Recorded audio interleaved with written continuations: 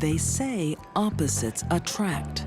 The 60-year-old, overweight, alcoholic, drug addict, beautiful young 30-year-old lawyer.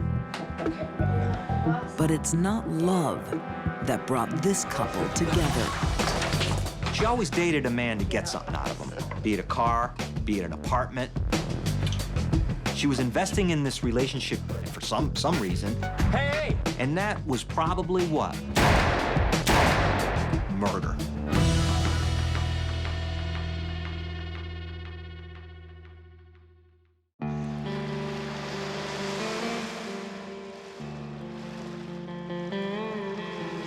When you talk about a human life, it's something to value.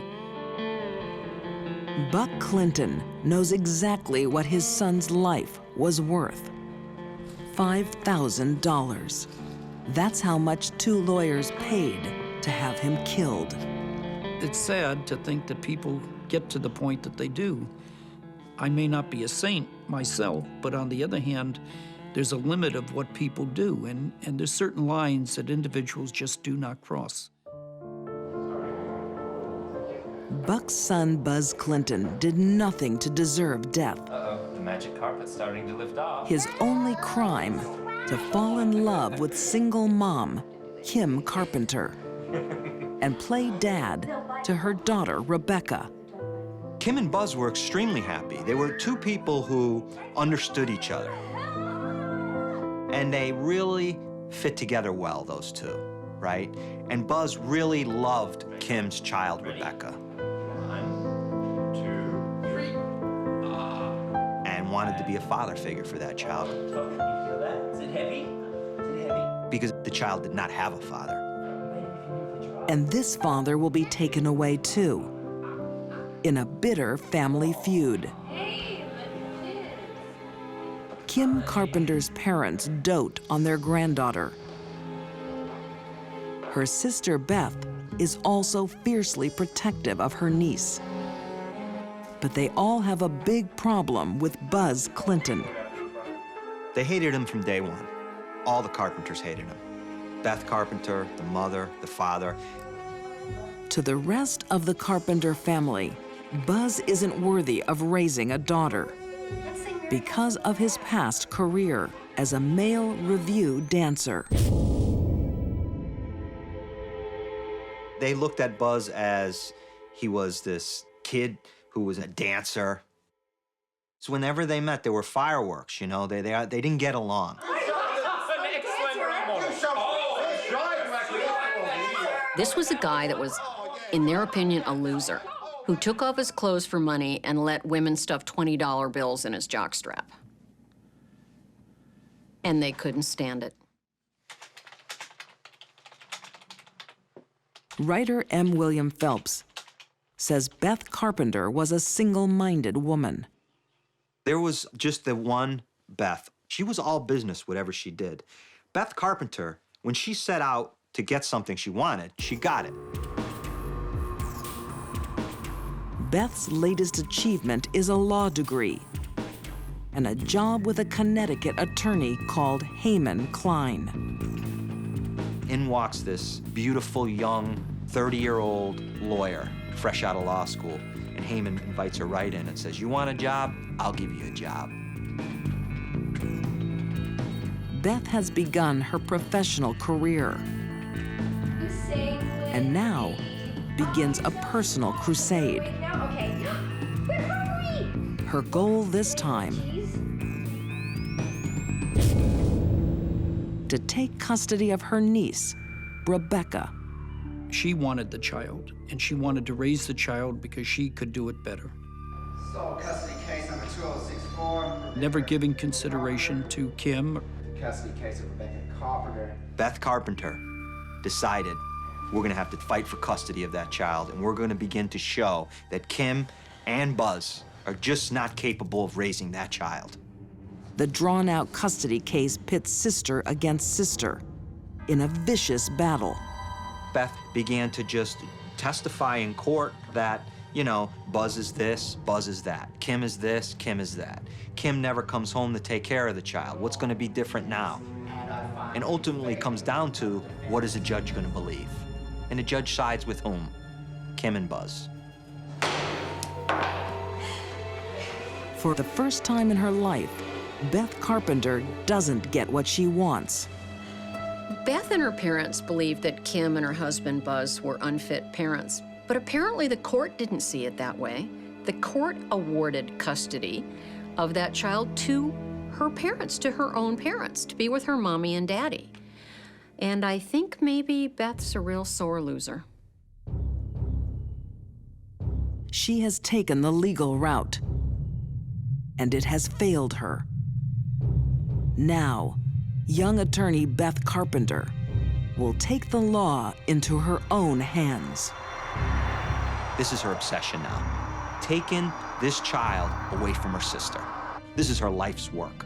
She needs to do this. She started it, she's gonna finish it. There's only one thing left to do in Beth's mind. Yo, what is this? And that is to get rid of the problem.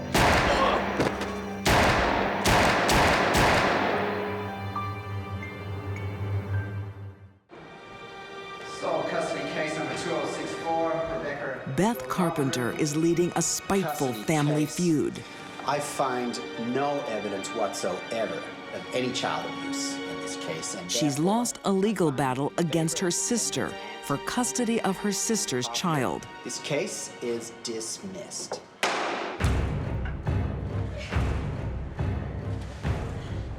But Beth Carpenter will not be denied. You know, my opinion of Beth Carpenter is that she's nothing but a conniving, backstabbing Miss Priss who thinks that she's entitled to anything in this world without any ramifications. Somewhere along the line, Beth seems to have developed the idea that she was God and could take someone's life if she felt it should be gone.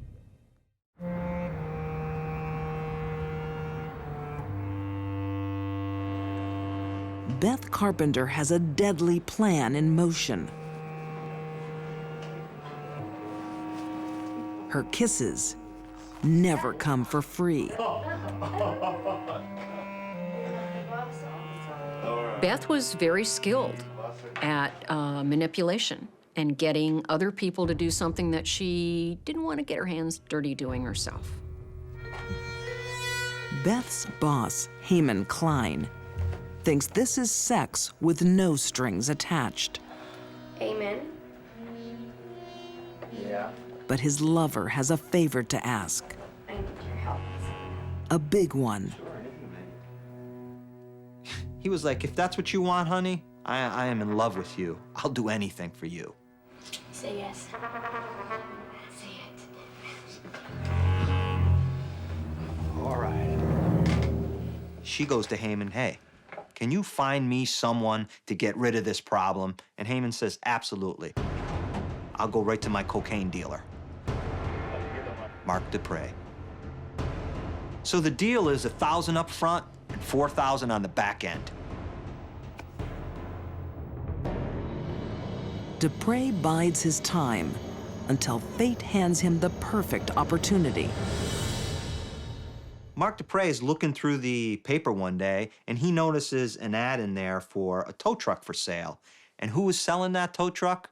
Buzz Clinton. And he decides, that's it.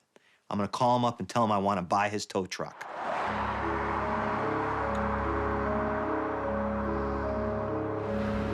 So, Mark Dupre goes and for some reason picks up his son and brings him along. So they meet Buzz Clinton at a local hotel, and Buzz is driving a car. And Mark says, where's it? Buzz says, I have to jump the tow truck, the battery's dead, follow me, and I'll take you to it right now. Mark says, great. And they're driving to go look at this tow truck. And Mark Dupre is in back of him, and Mark Dupre flashes his lights at Buzz to pull over. Buzz pulls over right on the connector, right on the exit ramp, pulls over. Mark Dupre pulls over in back of him.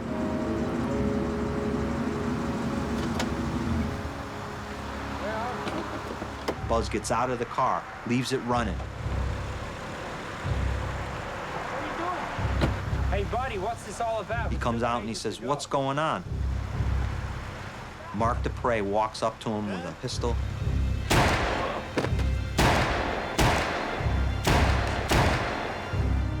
And drops him right there on the interstate. That night, Buck Clinton gets a call from his daughter-in-law that breaks his heart. About 20 after 7, or a little after, shortly after that, got a call from Kim that Buzz isn't home yet.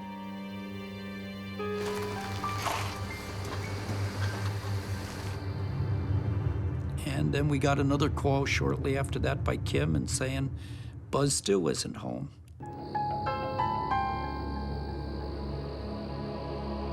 A friend had stopped by and said that his car's on the side of the road and somebody had been shot. Buzz Clinton dies at the scene. Within months, a tip-off to police connects Mark Dupre to the killing. So that begins the domino effect. You have the trigger man, then you have the guy who hired the trigger man, and then you have the mastermind, and those dominoes begin to fall.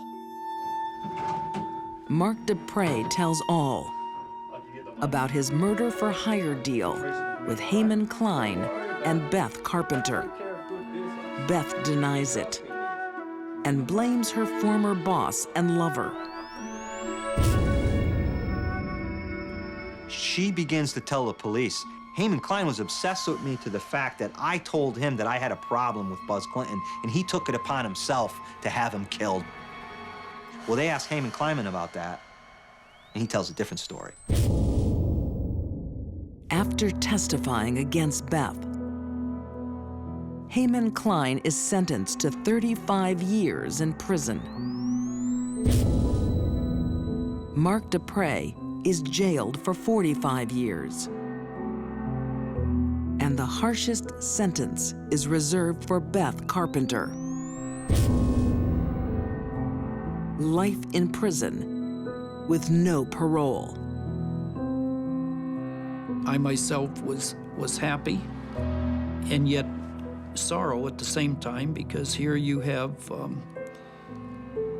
an individual who was young, brilliant, as Beth was, a life ahead of her, and through emotion, just made bad choices, and now is spending her life in prison. For a woman who was once a gifted young lawyer, the fall from grace is complete. She has now joined the low life of society.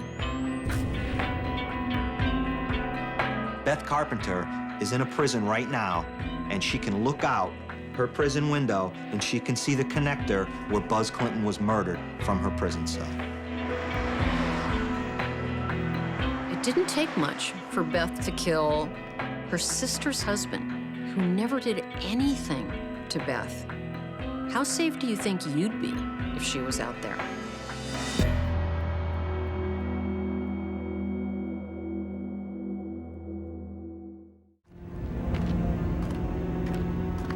Most actions have a motive. Hey there! This hill's a little steep to be walking up. Right or wrong, Come on, jump in! they can usually be explained. Come on. For Penny, this was just a fluke, just something that she always wanted to do. But sometimes they cannot. From the moment she got in his car, he was a dead man.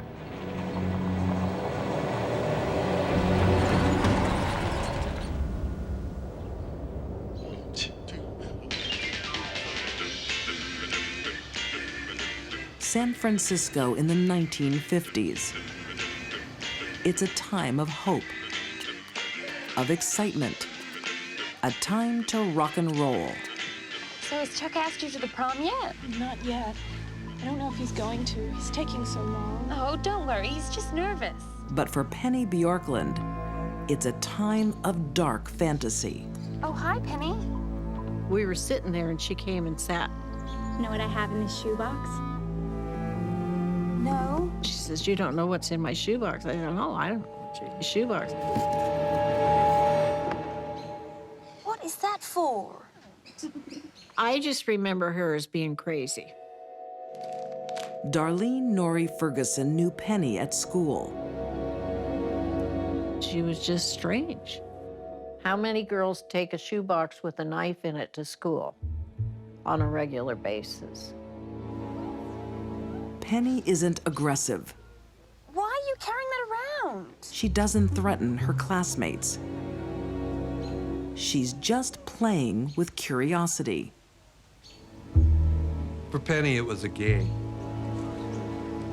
That girl's got problems. She just wanted to see how the whole thing played out, because this thing was just a flight of fancy for her. Author David Kolchak says young Penny's fantasies would come to rule her life. Penny was a loner. She was in her own world that was pretty deep, and she had a hard time telling the difference between reality and what isn't reality. I think she was a very confused teenager. Penny's strangeness just isolates her more. She was very a strange person, and we really stayed away from her. Darlene thinks after graduation, she'll never see Penny again. But she's wrong. Fate will ensure they have a deadly connection. Here we go, honey. Ready. Oh, it smells amazing. By the age of 18, Darlene is married to a handsome young war veteran, August Norrie. Maybe you should do this more often. No. Augie was a very, very happy, jovial, friendly man. Very good-natured, patient, just really a wonderful man. Oh, this just looks perfect.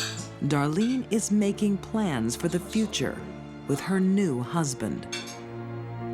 At the same age, Penny's life is at a standstill. Penny, you ready yet? Penny was a troubled teenage girl. Come on, get out of bed. Come on, Penny. I'm not going. She didn't care for her mother. She would go so far as to say she hated her mother, and she hated her for many, many years. You are going to church. She hated the fact that she had to go to church and that she had a religious upbringing. No. But lots of kids feel that. What's wrong with you? Get out of my room. Penny seems distracted from ordinary life. She's lost in her dark fantasies.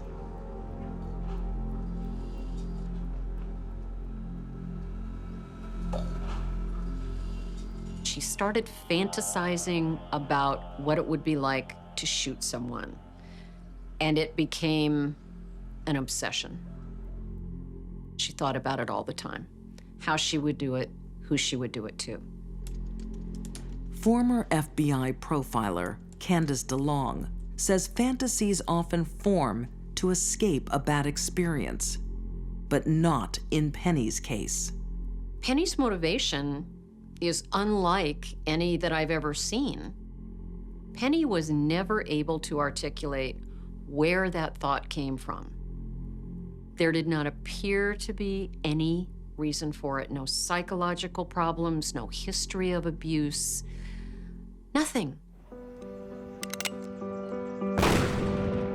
Penny is turning her fantasy into reality. She starts with targets. She wanted to know what it was like to kill somebody, and she wanted to know if she would feel any guilt or shame about it. Who it was just a random thing. Soon, targets will not be enough.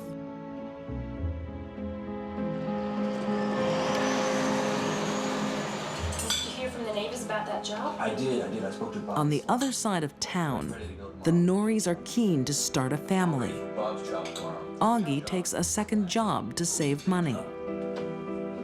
He was the type that if we didn't have money, he went out and got another job and then made more money. He said, we don't have enough money, I'll go make more. Augie gets a weekend gardening job that takes him across town to the hills south of Daly City. Penny's favorite place for target practice. Augie is in the wrong place at the wrong time. He had no idea that his life was going to end in minutes.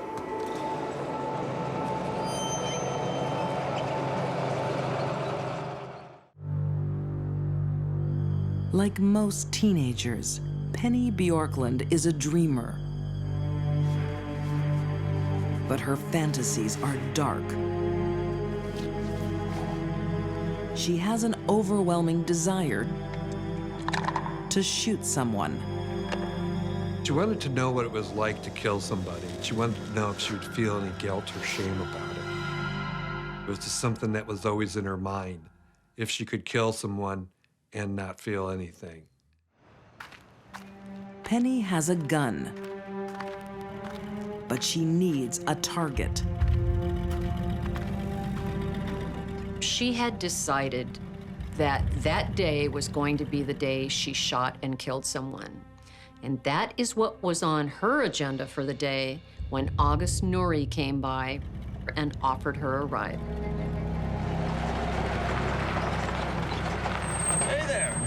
This hill's a little steep to be walking up. Come on in. Come on. Helpful gardener, August Norrie, stops for the wrong girl. Picking up someone to take them to where they wanted to be was certainly not anything that one would consider dangerous in 1959, let alone an 18-year-old girl.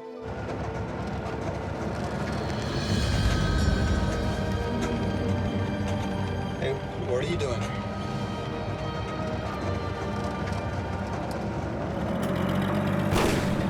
Hey, cut it out! That's how accidents happen. Gotta be careful with guns. I've been to Korea. I've seen what they can do. Yeah? Yeah, and it's not pretty. You don't ever want to see that. But that's exactly what Penny does want to see. Years of fantasy finally come to life. You're wrong about me. I do want to see what a gun can do. No, no! Penny pulled out her .38 caliber revolver and emptied it into August Norrie.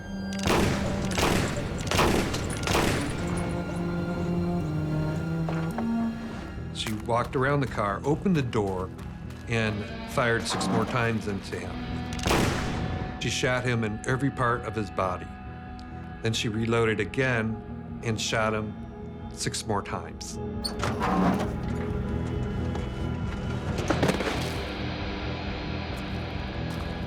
He was dead the first time she shot him. So it was a real big case of overkill. Penny shoots 18 bullets into August Norrie.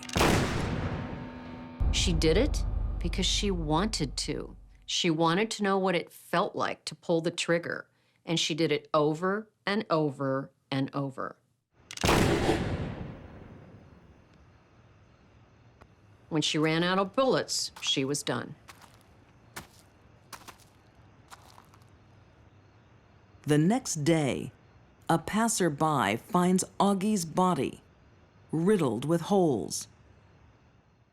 They all thought it was a crime of passion. They all thought this guy had to have a girlfriend. Who else would shoot somebody 18 times? And it had to have been a lover's quarrel. The only police witness seems to support the theory. Around that area on that Sunday, a young boy saw a young blonde female driving her car erratically. And told the police. So they thought, this is the woman. This is the person we're looking for.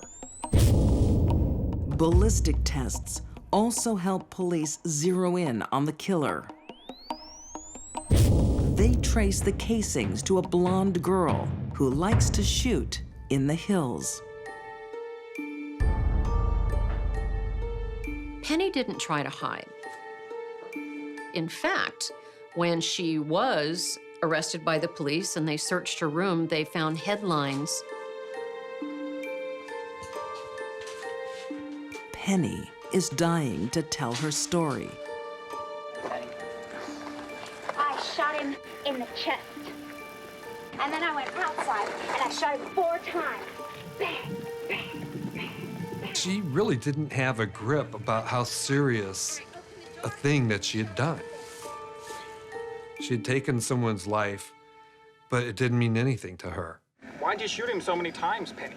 Well, for 1.5 years now, I've been dreaming about what it would be like to shoot someone. Penny claims after the murder, she felt a strong sense of relief. She said she felt like a burden had been relieved from her, that the weight of the world had been lifted from her shoulders by pulling that trigger and killing someone. Okay, I think that should just wrap it up. The senseless killing shocks San Francisco. We're done. Thank you, Penny.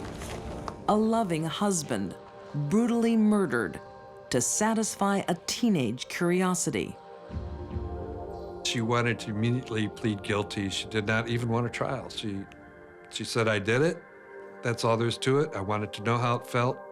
No need for a trial. Just take me to prison, I guess. Because the murder is random, not premeditated, Penny Bjorklund is convicted of the lesser crime of second-degree murder. 9 years later, she is released on parole. For widow Darlene Norrie, fate has been especially cruel. The strange schoolgirl claimed one more victim. I probably found out a month after he was murdered that I was pregnant. Her daughter, Cindy, never meets her father. I remember when I had Cindy, and I was in the hospital, and this woman was in there with me, and she was all upset because her husband wasn't there right at that moment. And I kept thinking, but at least he's gonna come, you know. So that was probably the hardest thing for me, is when I had the baby.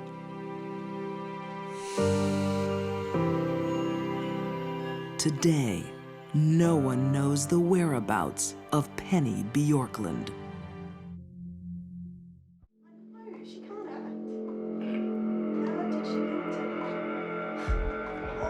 Many things are handed down from one generation to the next. Oh, you should have seen what just happened. But the most powerful of all is fear. The murder that Belinda found herself involved in was probably destiny. Some daughters aren't daddy's little girl. It's an incredibly complex story.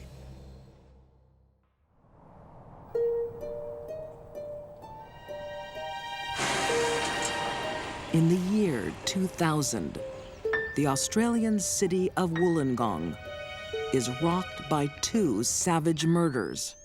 The first was David O'Hearn, a shopkeeper who was brutally murdered and decapitated, and his whole of his body was completely cut up and molested, for want of a better word. Author John Sutter Linton started following one of the most brutal slayings in Australian history. 2 weeks after then, the former Lord Mayor of Wollongong, Frank Arkell, was savagely beaten. Tie pins were placed in his eyes. Again, he was degraded in death. Even more shocking, is the murderer's identity: a 19-year-old youth with no police history. In his original statement, Mark Valera told police pretty much that the killing of David O'Hearn was an opportunistic killing and one where he got a big thrill out of it. And he basically stayed with the body for a long time experimenting with it. He drove him to do it. He drove him to do what he did. But soon, attention turns to someone else: Mark's sister, Belinda Van Crevel. He's the one that should be in jail, not my brother. She's not only defending her brother, but laying the blame with someone else. Her dear brother Mark was sentenced to life in prison with no chance of ever being released. On that day, her life changed forever, and she wanted the man who she held responsible for losing her brother to pay. What's this? For me? That person is their father, Jack Van Crevel, a single parent raising 2 children. Make sure you wear one of these. To many, Jack was a good father, doing his best since his wife left. He was able to give Belinda and Mark pretty much anything they wanted. When he enrolled Mark into the bike riding club, he bought him the best motorcycle he could buy, the best safety gear he could buy. Whatever the latest fashions were, Belinda and Mark wore. But the children see it very differently. Get rid of all this crap out of here. Get out of here, you old bastard. I can have whatever I want down Belinda here. and Mark say they are victims of abuse. Oh, am I really? Physical and sexual abuse. I remember everything. What's that supposed to mean? You know, you're nothing but a sick pedophile. What? Oh! You! Get off me, you pedophile! Belinda made allegations throughout Mark's trial and throughout an ongoing investigation of being interfered with. And she made complaints to other people that she was interfered with by her father, Jack.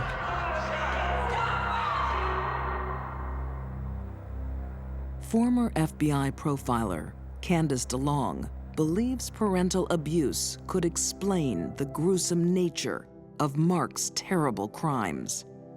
He focused on their genitals. He attacked their eyes. Mark didn't merely kill 2 men. He brutalized and violated their corpses. He was expressing, I think, tremendous anger and rage against them that really was meant for his father. During his trial, Mark claims both his victims made sexual advances to him. They were both on his hit list, along with several others. His own father, Jack Van Crevel, was on his hit list. Mark doesn't get the chance to kill again. He's locked away for life.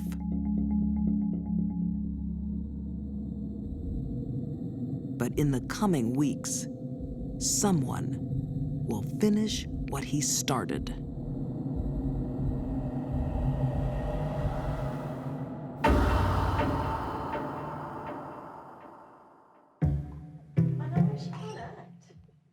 Belinda Van Crevel lives at home with her father, Jack, and her daughter, Tia.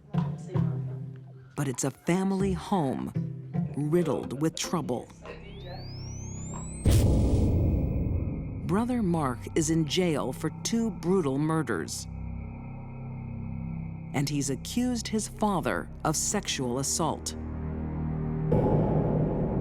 Belinda blames her father for her brother's crimes, and now fears her daughter may be sexually assaulted.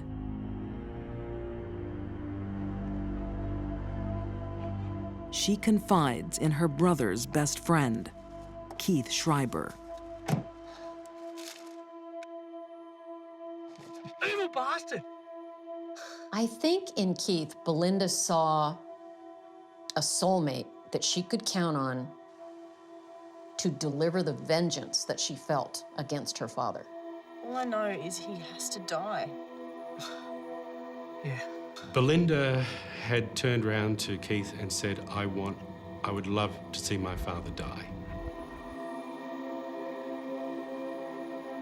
Keith took it upon himself to carry that out.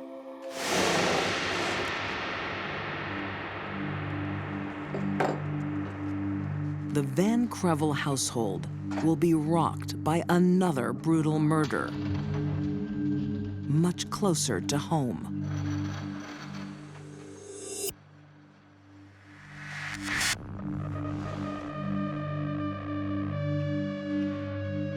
Keith was killing as a favor to his beloved friends.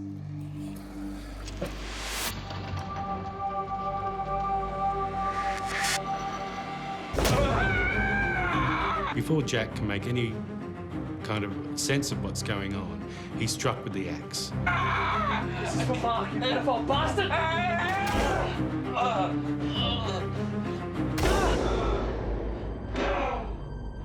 But Jack's not alone in the house that night.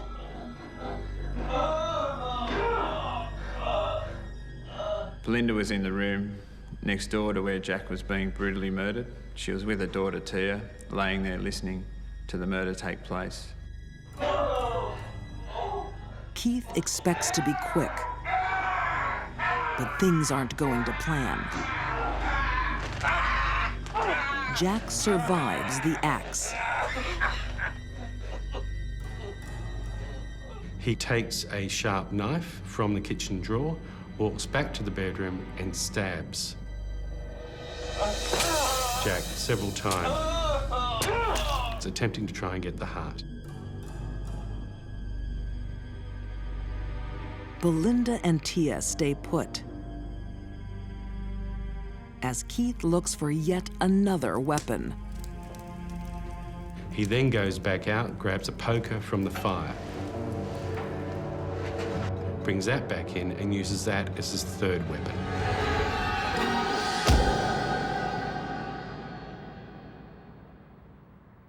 Jack finally succumbs.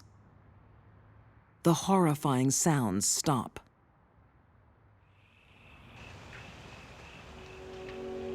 When Belinda thinks the coast is clear, she makes a run for it.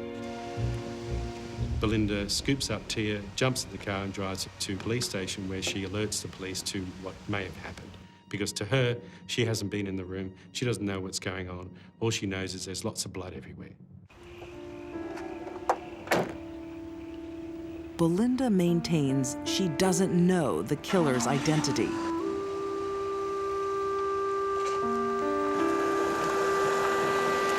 But Detective Jamie Williams is suspicious. She made mention of hearing noises like someone being murdered. That was the first report to police she made. And that was the extent of her interest or involvement in her father's death. I think she was aware at the time that what violence was going to be committed in that house. Belinda seems to have little interest in finding her father's killer. But police do. Keith was arrested within 24 hours after the murder. Keith, for whatever reason, felt there was no point in denying it. He admitted to the murder. The physical evidence matched Keith anyway, so there was no question that Keith was ever, not a suspect. Found guilty of murder, Keith Schreiber is serving 16 years in prison. I think Keith may have carried out Belinda's fantasy that her father be dead because he wanted to impress her, because he wanted to impress his buddy Mark. He lost something too. He lost his best friend. But police suspect Keith didn't act alone. They discover letters and a money trail from Belinda to her father's killer. Belinda's undoing was her loose tongue in relation to telling people what knowledge she had of the murder and to the extent where she was involved in the murder herself. Belinda Van Crevel is found guilty of soliciting murder. Although the maximum sentence is 25 years, Belinda receives 6. It appears to me that the judge in Belinda's case took a great deal of pity on her. I think he very much believed and understood what she had been through. In 2007, after serving 4 years, Belinda is released. She lives in Sydney, regularly visiting her brother in jail. Belinda was raised in the same household as Mark, but she was stronger mentally than Mark. Belinda didn't kill as her brother did. Belinda became a fighter. Belinda had a skill of manipulating people to the extent where she could get them to do anything, even kill her father. Belinda was only dangerous to one person in the world, the man who created her. Christine Paolilla is a tortured soul.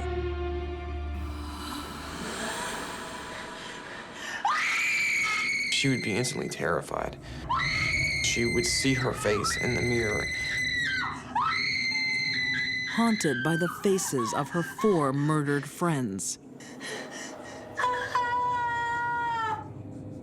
It was tragic and it was awful, and it was something, no matter what they were doing, they certainly did not deserve.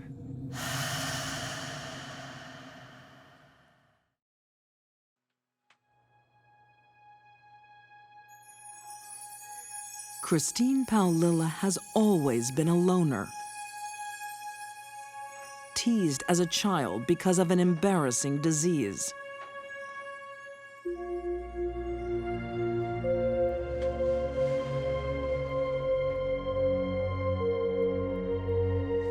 Alopecia, or hair loss, is almost always caused by severe stress. I mean, the fact that Christine lost her hair at such a young age is so sad, but it speaks to the enormous stress she was under. This poor little girl lost her daddy. She's only a couple years old. And then her mother turned to drugs, and that made it even worse.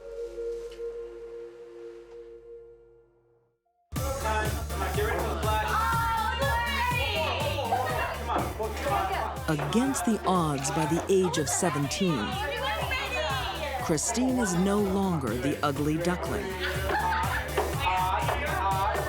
The kids in the Clear Lake High School were a very supportive bunch, and that is where Christine finally found acceptance.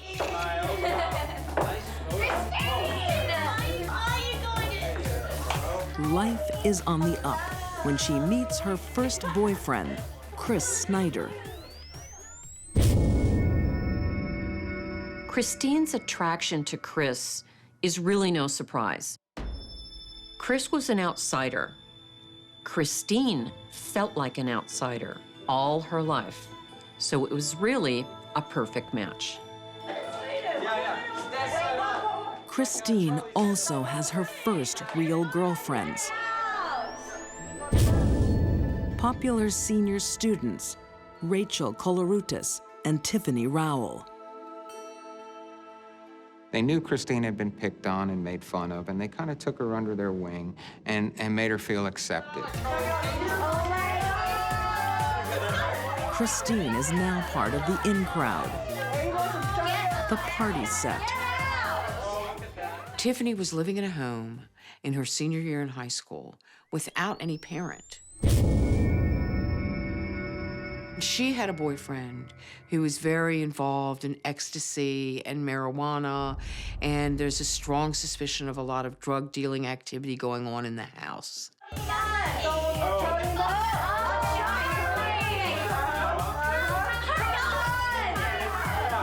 drugs are also part of Christine's life, Nice, guys. as well as petty crime and violent movies, thanks to Chris.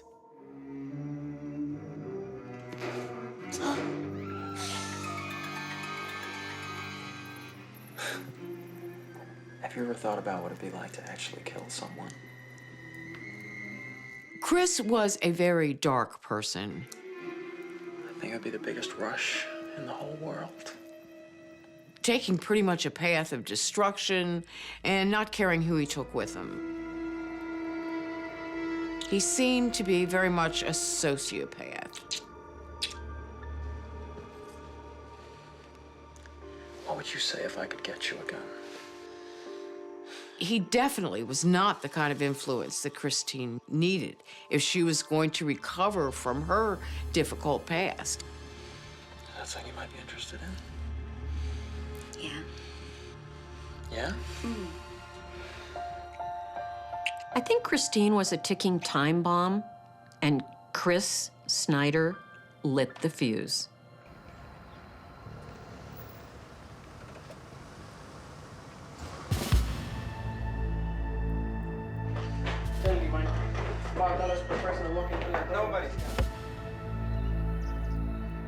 The lovers know drugs and cash are abundant at Tiffany's home. Is that it? They want them Yeah? at any price. Okay. Okay. And salsa dip, don't forget the salsa. Rachel Colorutis is wearing her tennis shoes and is fully dressed. She's getting ready to go to the mall. She allows them in, and they make their way into the living room. What's up, bro? Yo. Got any folks? Without warning, their friends become their enemies. I'm gonna ask you again. Where are the pills? Is this a joke? It was clear the way things quickly developed that they were willing to do whatever it took to get what they want. Sit back! Shut up! You two, shut up! Shut up! While Snyder is holding the others on gunpoint, Christine Paolilla takes Rachel through the house to look for the drugs and the money. Come on!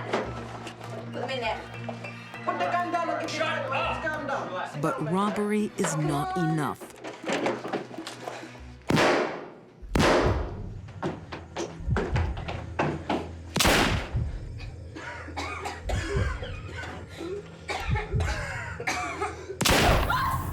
She absolutely laid out why she had to kill him. She said, don't rob your friends. You couldn't rob your friends because they would be able to identify you.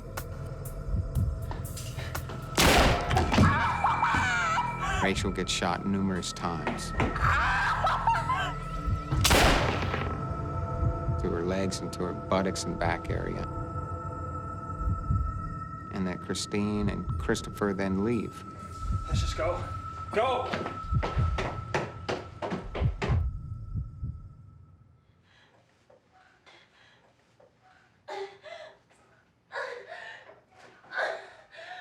Rachel is still alive. Critically wounded, she makes a desperate attempt to get help. I can only imagine that there was just sheer fear and terror.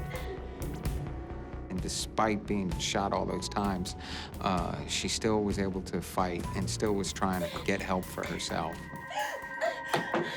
Her nightmare is far from over. I feel so much heartrending pain for Rachel. Her final moments on this earth were nothing but horror.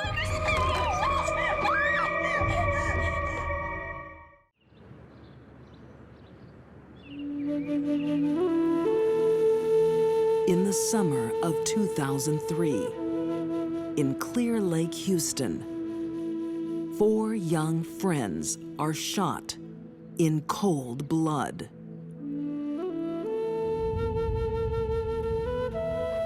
"3 years later, killer Christine Paolilla is still free. Or is she?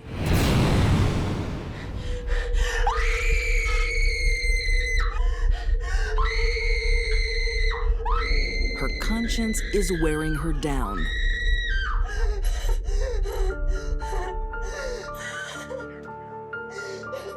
She really believed that Rachel was haunting her, that Rachel was warning her, saying that you're gonna end up paying for what you did to me. Drugs that turned her into a killing machine now consume her life. She's paranoid and hasn't stepped out of her filthy motel room for 9 months. There was a line of syringes, like little soldiers on the dresser, all filled with heroin, ready to fire away. Christine's only companion is her new husband, Justin Rott, a fellow drug addict. She says, I trust you, and I need to talk. So I had to go back inside to make sure that they were all dead.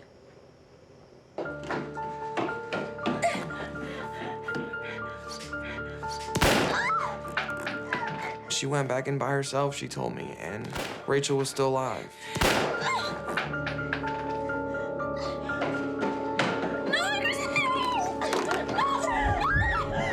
She was pleading, please, please.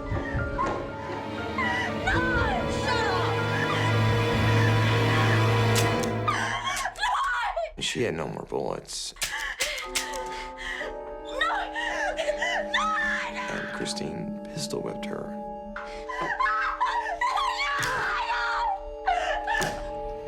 Until she died.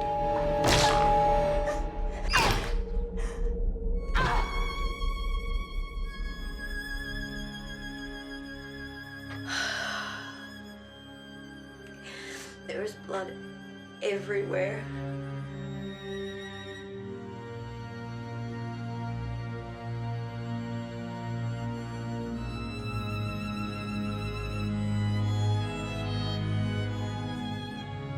She told me she got back in the car and Chris took her to work 30 minutes after this happened. You went to work? And I think that's what really got me the most.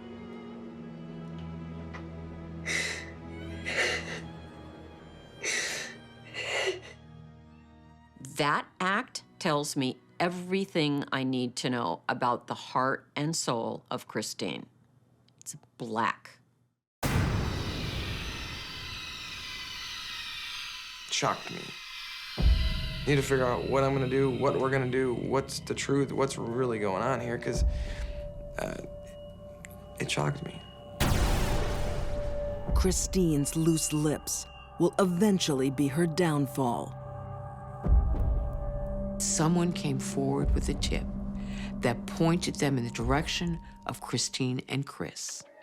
Get me on the ground! Get on the ground! Get on the ground! Don't move! Show us your hands! Police are led to Christine and Justin's putrid motel room. Hands behind your back! Come on, hands behind your back! It was worse than some of the decomposed body scenes I've been on. The place just absolutely reeked, along with blood being spattered on the walls from using the needles.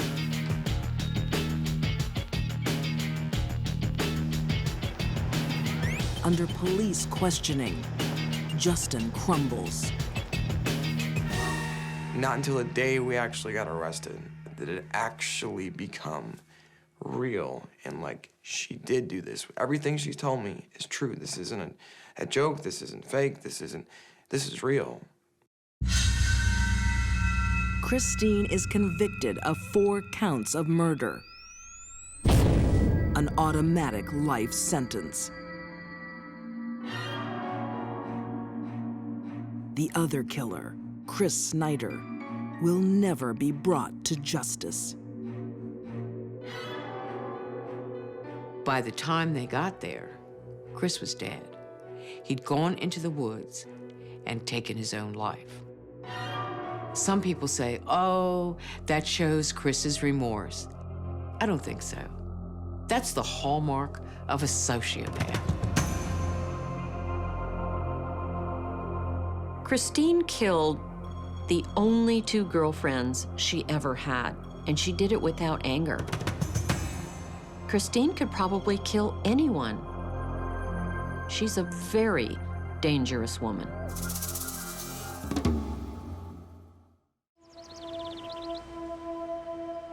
At an exclusive school in an upscale suburb of Kansas City, a young student is about to leave early. He was just a very sweet-looking child that was very easy to be around. But this is no ordinary boy. Robert Greenlees, the father of the boy, was said to be one of the 10 largest shareholders of General Motors. And this is no ordinary woman. Hi, Bobby. Bonnie Hetty didn't seem to have a moral compass. 6-year-old Bobby Greenlees is not going home. Ever. People didn't trust ever quite as much after that, and I'm sure that they locked their doors. I know my family did.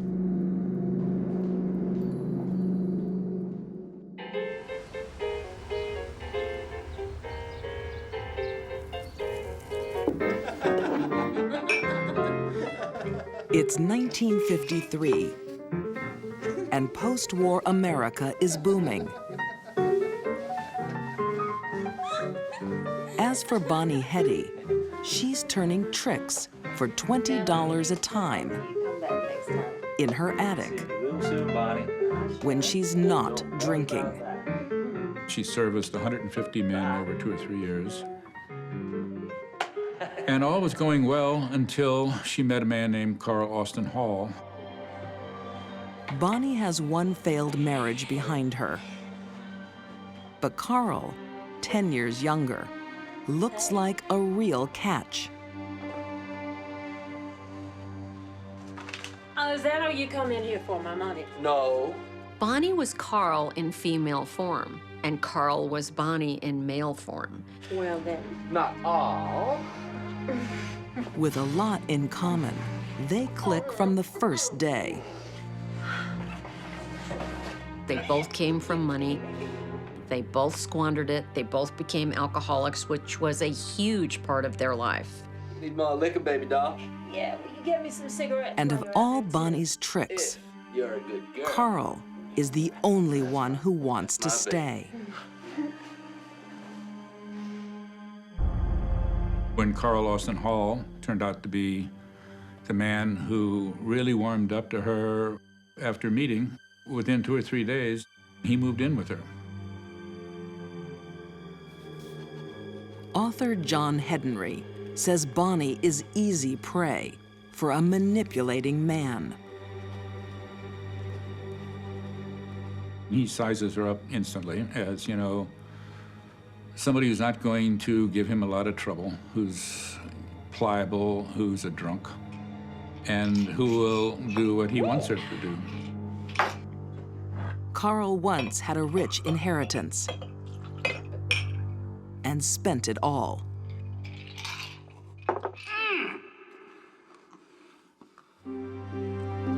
Now he has a plan to take someone else's family fortune. 6-year-old Bobby Greenlees will be Carl's new meal ticket. Greenlee's family owned Cadillac distributorships in Kansas and all through the Southwest. Robert Greenlees was said to be one of the 10 largest shareholders of General Motors. Ready to hit the road? Yes, sir. Great. You can drive today, okay? Little Bobby means everything to his aging father. Give me a kiss. A lot of people were quite aware of the fact that Mr. Greenlees was quite old when Bobby was born, and that Bobby was sort of the apple of his eye. Pat Lidzenich went to school with Bobby Greenlees in the 50s. It was an innocent time. Kansas City was an easy town in which to be a child. You felt totally safe. You could ride your bike anywhere, take the streetcar or the bus. People didn't lock their doors.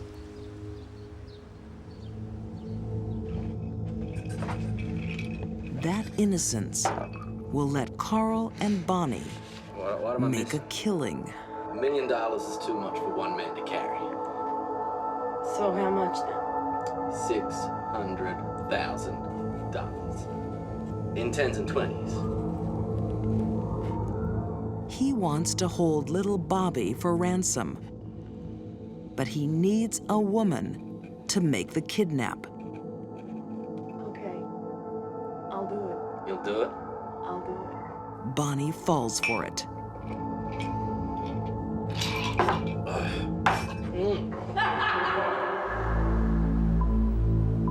It will be a brazen kidnapping in broad daylight. At Bobby's school, the French Institute of Notre Dame. Bonnie Brown Hetty came to the front door and told the nuns that Mrs. Greenlease had suffered a heart attack on the plaza and that she wanted to see Bobby and that she was his aunt and he was to go with her. Bonnie is in luck. The principal, who may have challenged her story, is unavailable that morning. The woman was neither the principal nor the sub-principal, but a humble nun who spoke very poor English. After she heard the story that Bobby's mother had had a heart attack, she of course believed it. In the well-mannered world of little Bobby Greenlease, even a stranger is obeyed. He didn't recognize the aunt, but he didn't show that he didn't recognize her. He just put his hand in her hand and went with her. Bobby's classmates will never see him again.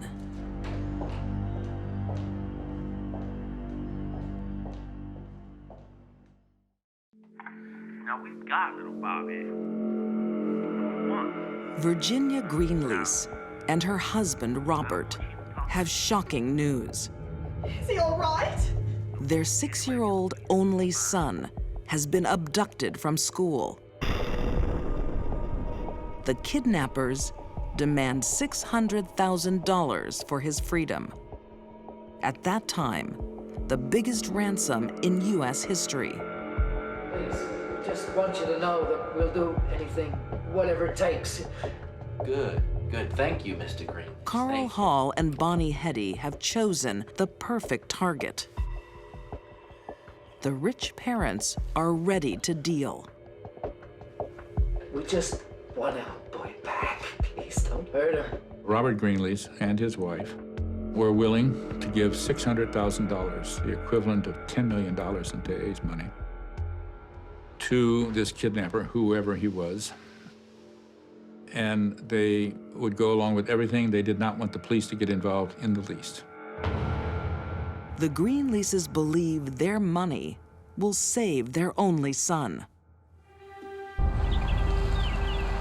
But Bonnie and Carl won't be keeping their side of the bargain. I don't think my dog will ever be as big as your boxer. Really? Well, how big are his paws? Because, you know, you can tell how big a dog is going to get by the size of its paws. After driving to a clearing with Bonnie's dog as comfort for little Bobby, it's time for part 2 of the plan. Where are you going? I'm just going to take Chloe for a walk. You stay here with Carl, okay? Seemed so strange to me that somebody that could care enough to have a dog with them and obviously care for a dog could do something as heinous as murdering this little boy. Carl thinks Bobby will give them away if he's returned alive. Come on, Chloe, let's go for a walk. You stay here with Carl, okay?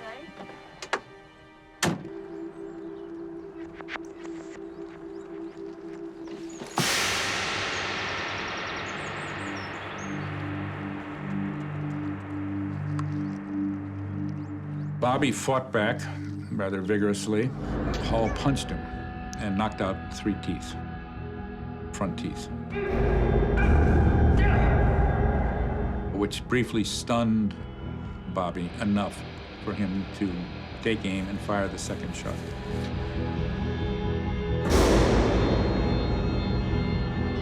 The bullet went right through Bobby's brain, splattering blood and brain tissue all over. It was a mess, a brutal murder scene. The bloody murder of a 6-year-old doesn't seem to shock Bonnie. Whatever instincts she has for children vanish with her first marriage.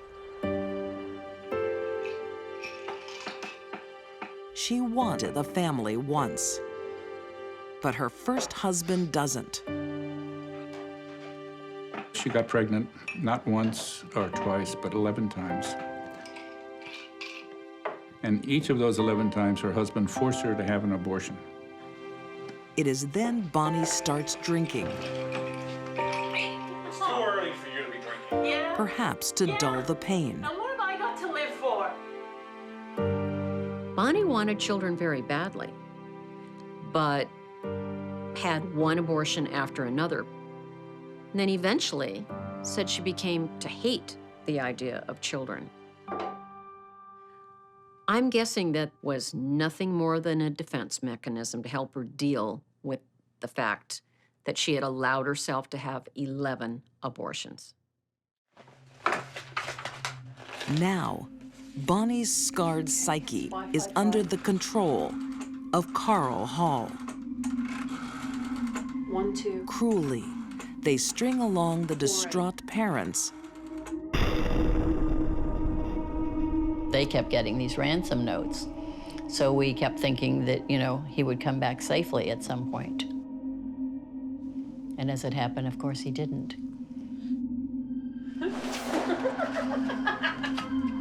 The Greenleases pay the ransom and wait for their son. He never shows.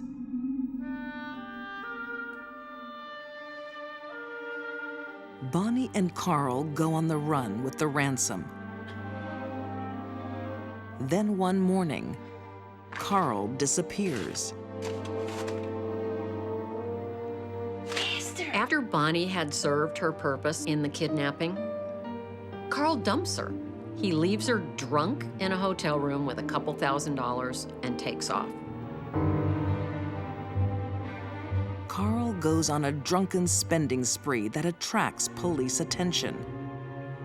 Under pressure, he confesses everything and leads police back to Bonnie and a tiny grave under a flower bed in her backyard. He was a very trusting child. That's exactly how Hetty described him afterwards. That he just took my hand. He was a very trusting child.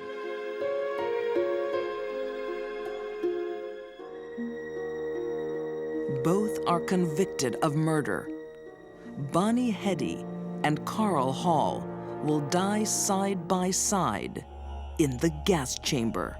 You know, they're strapped in and they're blindfolded. The very last words that they spoke was, Hetty says, "Carl, I love you." And he said, "I love you too."